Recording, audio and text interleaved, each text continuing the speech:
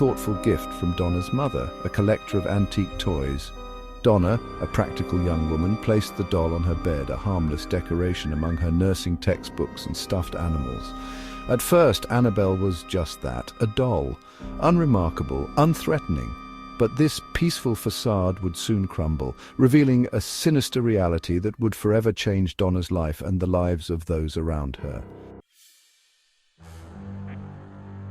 Days turned into weeks, and the doll's subtle movements began. At first, Donna dismissed them as nothing more than her imagination playing tricks. But the occurrences grew increasingly bizarre. Annabelle would shift positions, often found in a different room entirely. Donna and her roommate Angie would leave for class only to return to find the doll perched on the couch, its legs crossed, arms folded, as if patiently waiting.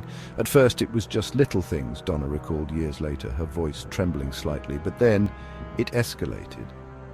One evening, Donna discovered a handwritten note scrawled in childish handwriting on parchment paper. "Help us!" it pleaded. Terrified, Donna and Angie searched their apartment but found no explanation for the mysterious message. The situation was spiraling out of control, and the two young women were desperate for answers. Seeking answers, Donna and Angie invited a medium to their apartment. The medium, after a brief encounter with the doll, delivered chilling news. The doll was possessed by the spirit of a young girl named Annabelle Higgins, who had died tragically on the property years before. Annabelle, the spirit claimed, was a harmless entity, seeking only solace and companionship. Donna, moved by the spirit's supposed plight, allowed Annabelle to stay, believing her to be the soul of a lost child. However, the spirit's true nature soon revealed itself. A friend of Donna's, Lou, had always been skeptical of the doll. He warned Donna about harboring a potentially dangerous entity, but his warnings fell on deaf ears. One night, Lou awoke from a deep sleep, paralyzed and gasping for air.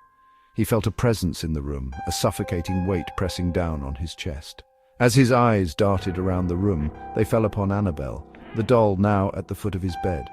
Lou's fear turned to terror as he saw the doll seemingly levitate before him, its blank eyes burning into his. He blacked out only to awake the next morning with 7 distinct claw marks etched across his chest. Lou was convinced Annabelle was not the benevolent spirit she pretended to be. Desperate and terrified, Donna finally reached out for help, contacting renowned paranormal investigators Ed and Lorraine Warren. The Warrens, known for their work with cases involving demonic entities, immediately recognized the gravity of the situation. Upon entering Donna's apartment, Lorraine felt an overwhelming sense of dread, a palpable darkness that clung to the air. Ed, a devout Catholic and demonologist, believed Annabelle was no mere child spirit but a demonic entity, masquerading as one to lure unsuspecting victims into a false sense of security. The demon, he argued, sought to possess a human host, and the doll was merely a conduit for its evil. The Warrens, fearing for Donna and Angie's safety, agreed to take the doll into their custody. They believed that removing Annabelle from the apartment was the only way to break the entity's hold over the young women. Section 5. A malicious entity, the truth behind Annabelle's power. The Warrens, having dealt with countless cases of paranormal activity, were accustomed to dealing with the unexplained. However, even they were unprepared for the sheer malevolence they encountered in Annabelle. During the car ride back to their home, Ed insisted on driving the back roads, refusing to take the highway. He feared the entity might try to interfere with the car, causing an accident. His fears were not unfounded. The car sputtered and stalled, the steering wheel locked, and the brakes failed intermittently.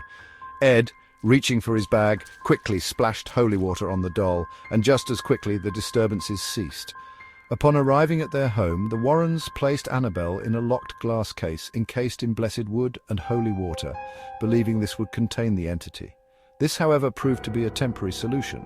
The entity, far from being contained, continued to exhibit its power, moving about its enclosure, levitating, and even leaving threatening messages for the Warrens. The Warrens, realizing the true extent of the evil they were dealing with, contacted the Catholic Church requesting an exorcism. Following a series of intense exorcisms performed by a high-ranking priest, the Warrens believed the demonic entity within Annabelle to be subdued, its power significantly diminished. Though still considered extremely dangerous, the doll was deemed contained, no longer posing an immediate threat. The Warrens decided to keep Annabelle under their watchful eye, a chilling reminder of the unseen forces that lurk in the shadows. Today, Annabelle resides in the Warrens Occult Museum in Monroe, Connecticut, her movements restricted by the confines of her blessed enclosure. Visitors from around the world flock to the museum, drawn by the allure of the macabre and the chilling story of the possessed doll. A priest still blesses the museum, including Annabelle, on a regular basis, ensuring the entity remains contained. Despite being contained, stories and rumors about Annabelle persist. Visitors to the museum often report feeling uneasy in the presence of the doll, experiencing sudden chills, nausea, or a sense of being watched. Some claim to have witnessed the doll moving within its case, its head turning or its limbs twitching slightly. These accounts, though largely anecdotal, fuel the legend of Annabelle, blurring the lines between fact and fiction. There are even tales of individuals who, despite the numerous warning signs, have blatantly disregarded the rules and taunted the doll, only to meet with unfortunate ends. One such story involves a young man who, after visiting the museum with his girlfriend, arrogantly banged on Annabelle's case, challenging the entity to harm him. Later that day, while riding his motorcycle, the young man lost control and crashed into a tree, dying instantly. His girlfriend, who survived the crash, claimed that the young man had laughed off her warnings about provoking the doll, saying that it was all a hoax. Whether a vessel for demonic forces or simply a conduit for our deepest fears, Annabelle's story continues to fascinate and terrify. Her tale, popularized by the media and Hollywood, has transcended the realm of paranormal investigation to become ingrained in popular culture.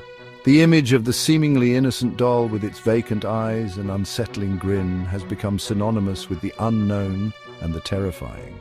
Perhaps it is the juxtaposition of childhood innocence and unspeakable evil that makes Annabelle so unsettling.